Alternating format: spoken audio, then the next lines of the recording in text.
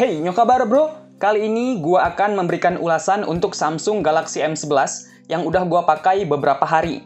Review ini akan gua buat padat, nggak banyak basa-basi, langsung kita bahas. Soal desain, bentuk dari Samsung Galaxy M11 ini berasa Samsung banget, apalagi saat layarnya mati. Kelihatan seperti HP-HP Samsung kebanyakan. Sisi-sisinya membulat, nggak ada sudut-sudut yang tajam, dan ukurannya juga pas, nggak kecil tapi juga nggak terlalu besar. Backcovernya terbuat dari plastik dengan finishing doff yang terlihat dan terasa seperti logam. Nggak mudah tertempel sidik jari dan nyaman saat disentuh.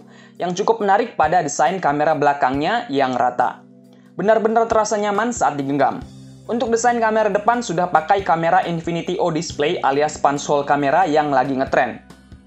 Layarnya berukuran 6,4 inch dengan teknologi PLS TFT dan beresolusi HD+, juga sudah mendukung multitouch hingga 10 sentuhan. Tapi nggak ada keterangan kalau layarnya ini punya proteksi khusus, jadi kalian bisa menambahkan anti gores agar lebih aman.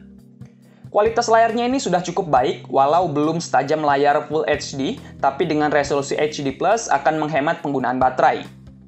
Untuk sistem operasi dan UI, Samsung Galaxy M11 tentu sudah membawa Android terbaru, yaitu Android 10, yang diolah dengan One UI 2.0. Launchernya cukup smooth, sistem juga berjalan dengan stabil. Sistem ini juga sudah menerima 1 kali pembaruan yang memang rajin dilakukan oleh Samsung. Bloatware juga minim karena kita diberikan opsi untuk memilih aplikasi tambahan saat melakukan setup awal. Jika tidak dibutuhkan, sebaiknya tidak perlu memasang aplikasi tambahan, jadi kalian nggak disibukkan dengan notifikasi-notifikasi yang nggak penting. Menggunakan SoC Snapdragon 450, RAM 3GB, dan penyimpanan internal 32GB, tentu bukan nilai jual utama dari smartphone ini. Apalagi kalau kita bandingkan dengan brand lain. Spesifikasi kayak gini bakal terasa rendah.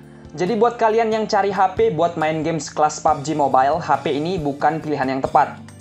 Untuk penggunaan sehari-hari seperti sosial media, YouTube, dan buka aplikasi-aplikasi belanja online, gua nggak mengalami kendala, semua berjalan dengan lancar. Untuk main Call of Duty Mobile juga cukup baik, tapi yang perlu diperhatikan adalah multitaskingnya. Karena hanya bermodal RAM 3GB, kalian harus rajin menutup aplikasi yang tidak sedang digunakan lewat recent apps. Sensor di HP ini juga minim, nggak punya gyroscope, nggak punya sensor orientasi, dan nggak punya sensor magnet. Fitur-fitur lain seperti sensor pemindai sidik jari bekerja dengan akurat, dan HP ini juga punya fitur Dolby Atmos yang bisa meningkatkan kualitas suara ketika mendengar musik lewat headset atau earphone.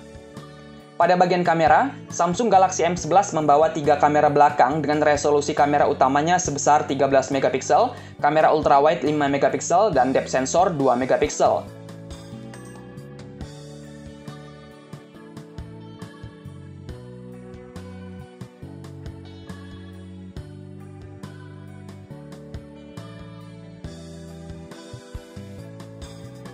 Sedangkan kamera depannya yang beresolusi 8 MP punya kualitas di bawah standar HP dengan harga sekelas, apalagi digunakan dalam kondisi indoor atau minim cahaya.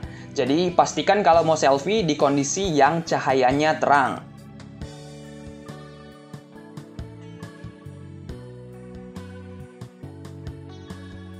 Selanjutnya ke bagian baterai, dengan kapasitas baterai yang cukup besar yaitu 5000 mAh, untuk penggunaan gua rata-rata berhasil menembus waktu standby 2 hari.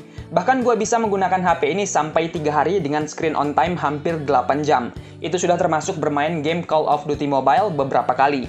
Jadi untuk ketahanan baterainya gua sangat puas dengan HP ini. Untuk pengisian ulang baterainya, Samsung sudah memberikan charger dengan output 15 watt, dan port USB-nya juga sudah pakai Type-C. Isi ulang dari 5% ke 100% membutuhkan waktu sekitar 3 jam.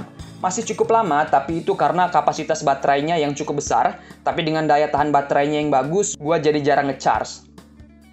Kesimpulannya, yang gua suka dari Samsung Galaxy M11 adalah desainnya yang nyaman digenggam, kamera punch hole, sistem yang berjalan stabil, baterai besar yang tahan lama, dan sudah pakai port USB Type-C. Sedangkan yang nggak gue suka adalah performa game dan multitasking, juga kamera depan yang kualitasnya di bawah standar HP dengan harga sekelas.